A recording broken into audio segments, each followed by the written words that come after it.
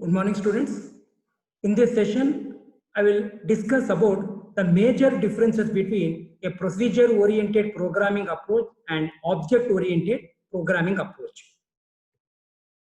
Students, in our previous session, I discussed about the basic object-oriented concepts such as object, class, encapsulation, inheritance, polymorphism, message passing, etc. So these are the 5 fundamental concepts or 5 to 6 fundamental concepts over which where object-oriented software development depends.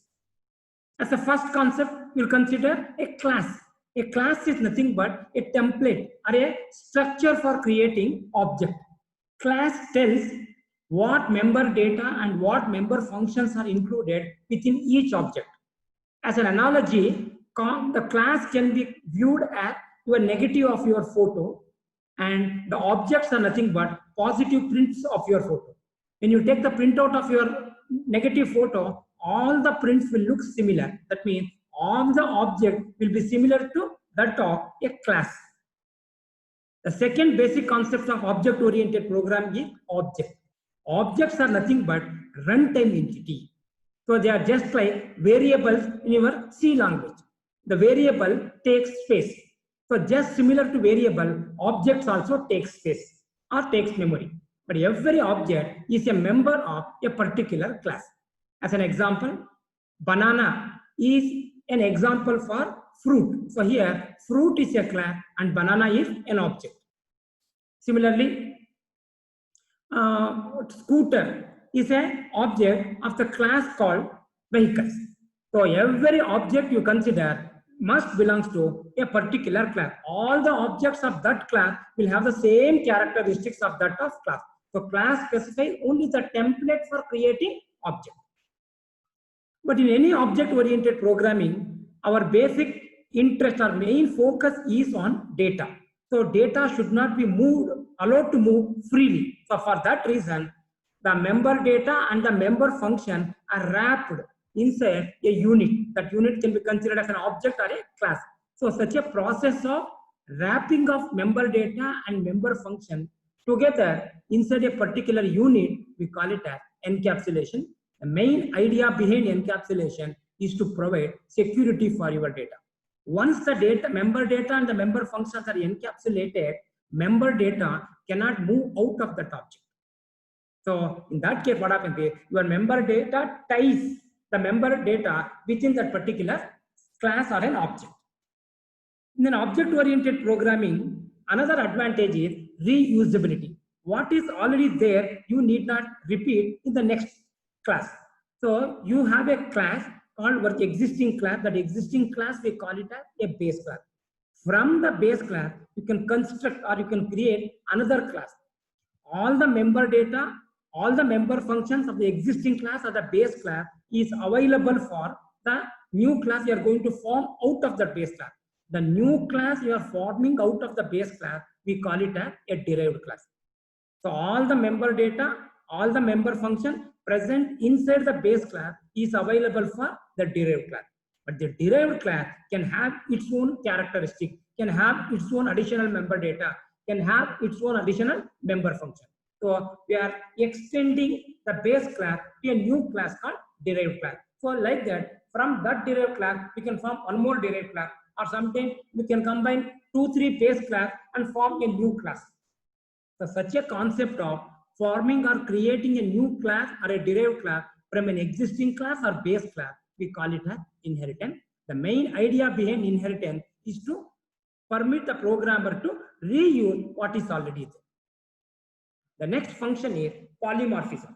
Polymorphism means in an object-oriented programming, every object performs in a different way depending on the operand you are specifying. For instance, plus operator, the same plus operator can be used to add 2 numbers. Same plus operator can be used to add 2 complex numbers. Same plus operator can be used to add 2 string, etc. In the first case, when you are adding 2 numbers, the 2 operands are basic type. Either it could be int or it could be float. When you are adding 2 complex numbers, the complex number is not a basic type. It's just like a structure. Similarly, when you are adding 2 strings, again, string is not a basic type. So the same plus operator can be operated on both basic data type as well as the derived data type. So you are providing an additional power for the plus operator. In some situation, it gives you the sum, provided when the two operands are basic type. In some situation, same plus operator can be used to concatenate two strings. So now your plus operator is said to be overloaded. Similarly, in the same program, same function can be used for different purpose. For example, you assume that you have a class called test. Within that, there is a function called f. Then in some situation, the function f can be used to find the square root of a number. Whenever you are finding the square root of a number, you have to pass one argument for that function. Same function in the same program can be used to find the sum of two numbers. So there, the function f takes two arguments. In the third instance, the same program, the function f can be used to find the area of a triangle given the length of three sides. In the first case, the function f takes one argument and gives the square root of that number. In the second instance, it takes two arguments and gives the sum of two numbers. The third instance, it accepts three inputs or three arguments and find the square root of find the area of a triangle. So in all the three cases, the function name remains as f, but its purpose is different. So same function can be used for varieties of purpose. Same operator also can be used for multiple purpose. So the process of using same function for varieties of tasks, we call it as function overloading. Using the same operator for different tasks, we call it as operator overloading. So these two together, we call it as polymorphism. So this is an additional characteristics, or this is a new concept that is available in object-oriented programming. The next one is message passing. In any object programming, a member function within a class or within an object can access the member data. But sometimes the data of another object, suppose there are two objects like A and B. Object A has some member data like D1, D2 and member function like F1, F2. Object 2 has some other data and some other member function. Suppose these two objects wants to communicate with each other, then direct communication of two objects is not permitted. The member function of object A pass a request to the member function of object B. The member function of object B access the member data of its class and then pass the data to the member function of object A. So if two objects wants to communicate with each other, it is possible through invoking the member function of the respective class. So this concept we call it a message pass. And while discussing the basic concepts of OOP, we discussed about some of the striking features. One is data is given more importance. Direct communication of two objects is not permitted. So there are these are some of the striking characteristics in an object-oriented program. And the three basic steps in any object-oriented programming is to first specify the characteristics or the structure of your class, create a class.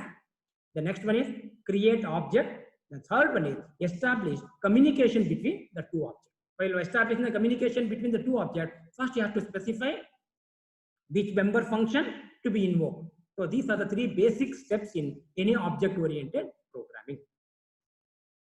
The main objective of this session is to introduce two more new concepts or two more object-oriented programming concepts to have a comparison between a procedure-oriented programming and object-oriented programming, identify or list out the major benefits of object-oriented programming, and to identify the area where object-oriented programming is useful, and to bring out the features of two basic languages related to object-oriented programming. One is object-based language, the other one is object-oriented language. What is the basic difference between these two languages?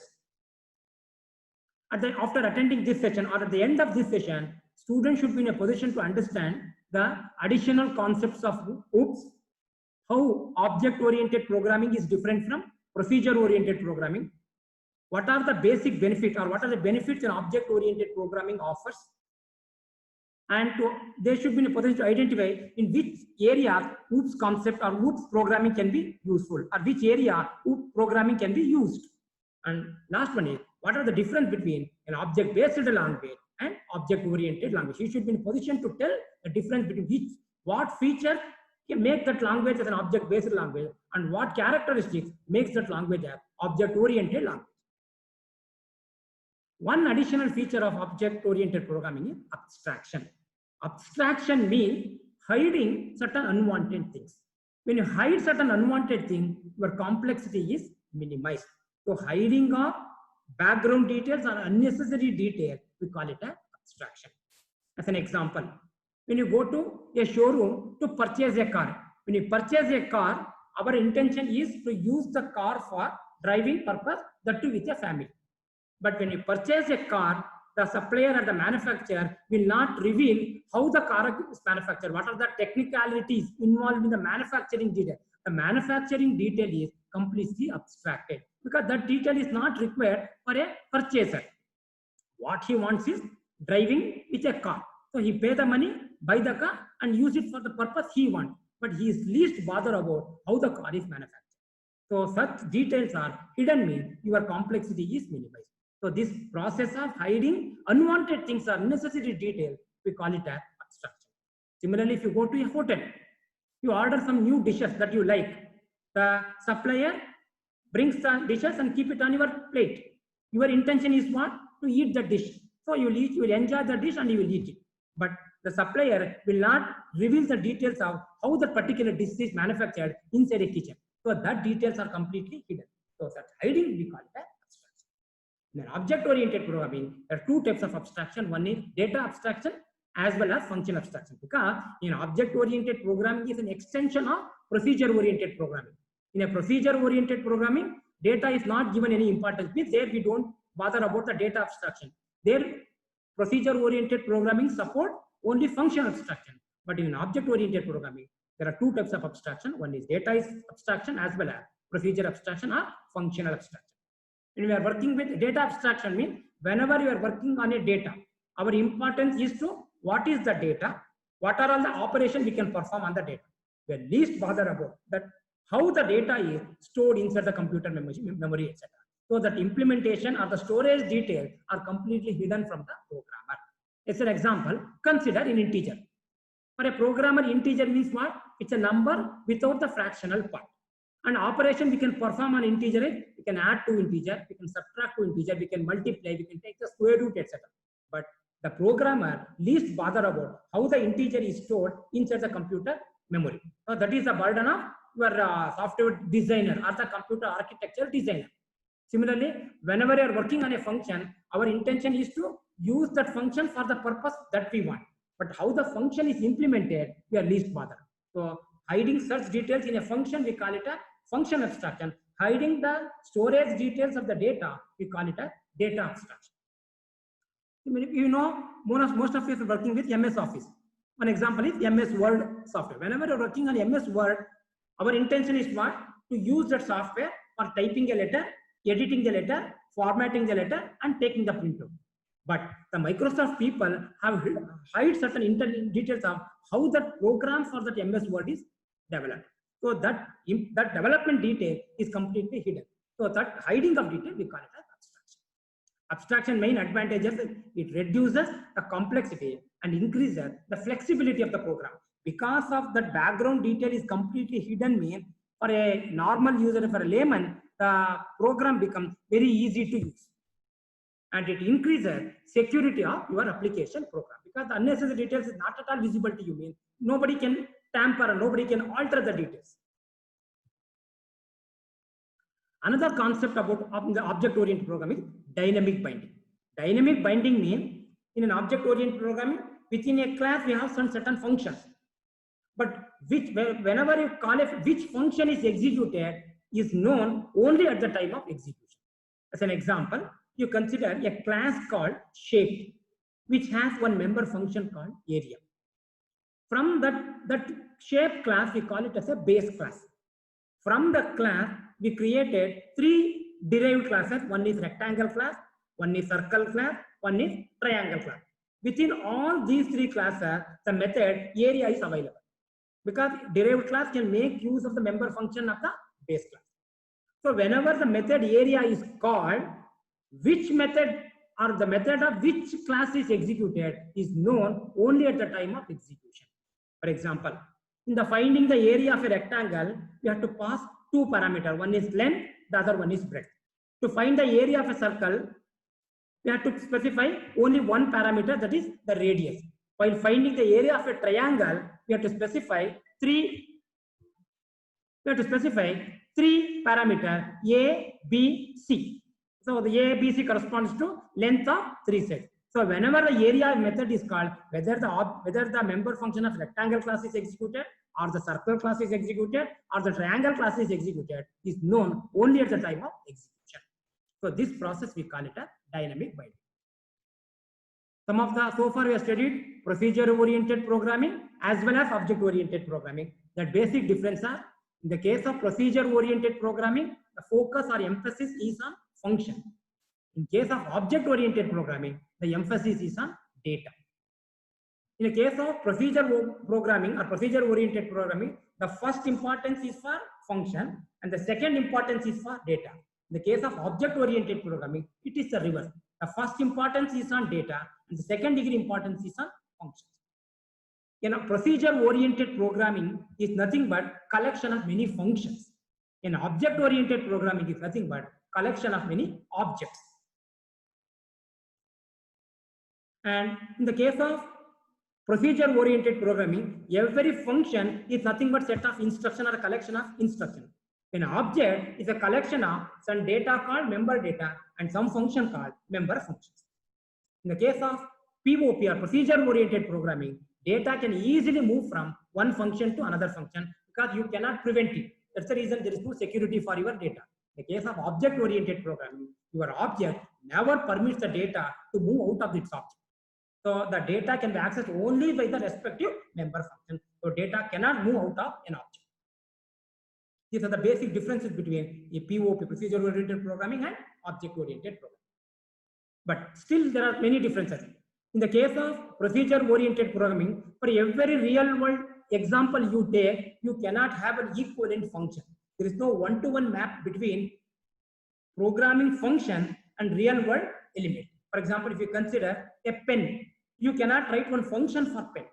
In the case of object-oriented programming, any real-world object you think, you can have an equivalent object in the program. So there is a one-to-one mapping between real-world entity and the programming object. So that resemblance is not there in the case of procedure-oriented programming. That's the reason for real-life application, OOPS programming is more preferable. As I told earlier, since data is not given any importance, there is no security for your data. But in object-oriented programming, security is maximum for your data.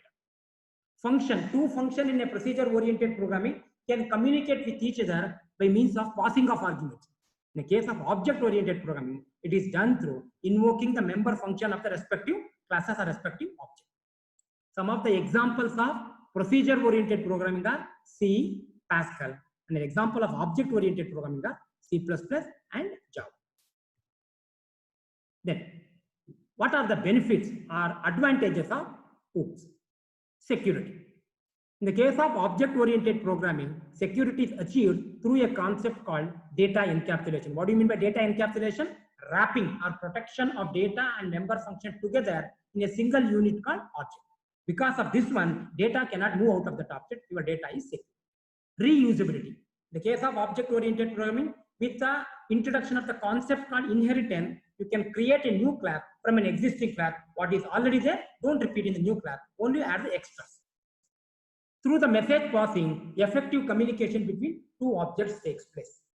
And generally, object-oriented programming is used when you are developing a system from smaller one to bigger one. You have one small object, for that one you add another object, it becomes a bigger one, then keep on adding the classes or object one by one, then it becomes a complete program.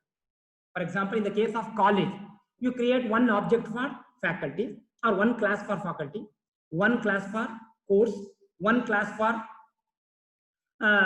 library, etc. When joining all these together, your objective of designing object-oriented software for your college is done. So it's easily upgradable from small system to large system. Whereas a function, because it follows bottom-up approach. In the case of function-oriented approach, it is a reverse. You start with a bigger system, then decompose it, finally we reach a small system. And it gives more flexibility for your operator through the concept called operator overloading or polymorphism. And real world problem can be best implemented using object-oriented programming, because for every real world entity, you can have an equivalent programming object where object-oriented programs are useful. Object-oriented programming you can use in everywhere. Nowadays, OOPS programming is used in every application. It's used in the development of operating system. It's used in the development of database system. It's used for computer graphics application. Parallel programming where more than one task can be started, more than one task can be executed simultaneously. It's used in the development of system software like compiler, interpreter, assembler, loader. All these system software are developed using OOPS concept. Office automation, your MS Office software, etc., is designed using object-oriented principles. It's also used in artificial intelligence and machine learning application, because it's a vast area that will not come under our preview. Artificial intelligence one, where the machine is made to think like a human being. And machine learning one, where we will teach the machine how to do the task automatically on its own in the subsequent phases. Any object-oriented program you take, there are two types of language. One is object-based language, other one is object-oriented language. If a language wants to qualify as an object-based language, it has to satisfy these four characteristics. One is data encapsulation, data hiding, operator overloading, automatic initialization and clearing of object. If these four characteristics are satisfied, it is called as an object-based language. In addition to these, two more characters like dynamic binding and inheritance is also available in such language. It is called as an object-oriented language. One example of object-based language is Smalltalk. One example of object-oriented language is C++ and Java. So based on the discussion we had today, these are some of the review questions. Explain abstraction, dynamic binding. What are the benefits of abstraction? Where abstraction is useful? What are the benefits of dynamic binding concept? What are the difference between procedure-oriented programming and object-oriented programming? What are the benefits of object-oriented programming as a whole, etc. Some of the questions will appear in the examination for 5 marks. Some questions may appear for 2 marks, etc. To test your level of understanding, I have given some 5 multiple choice questions. The feature where code associated with a procedure call is known only during runtime. It's called a dynamic binding. A dynamic binding, another name is late binding. Static binding, we call it as an early binding. So the correct answer is late binding, C. Main advantage of abstraction. Abstraction is one where the unnecessary or the background details are hidden. It reduces the complexity. So the correct answer is reduced complexity. Answer is B. In OOPS, reusability is achieved through, definitely we know that one. What is already there, you need not repeat it. So we can create a new class from an existing class. That concept we call it as inheritance. The correct answer here it is A. Data security. The most important concept of object-oriented programming is to protect your data by wrapping it inside a particular object. So the concept we call it as encapsulation. In an object-oriented programming, two objects communicate with each other through invoking the member function of the respective object or respective class. So the correct answer is C, or invoking member function.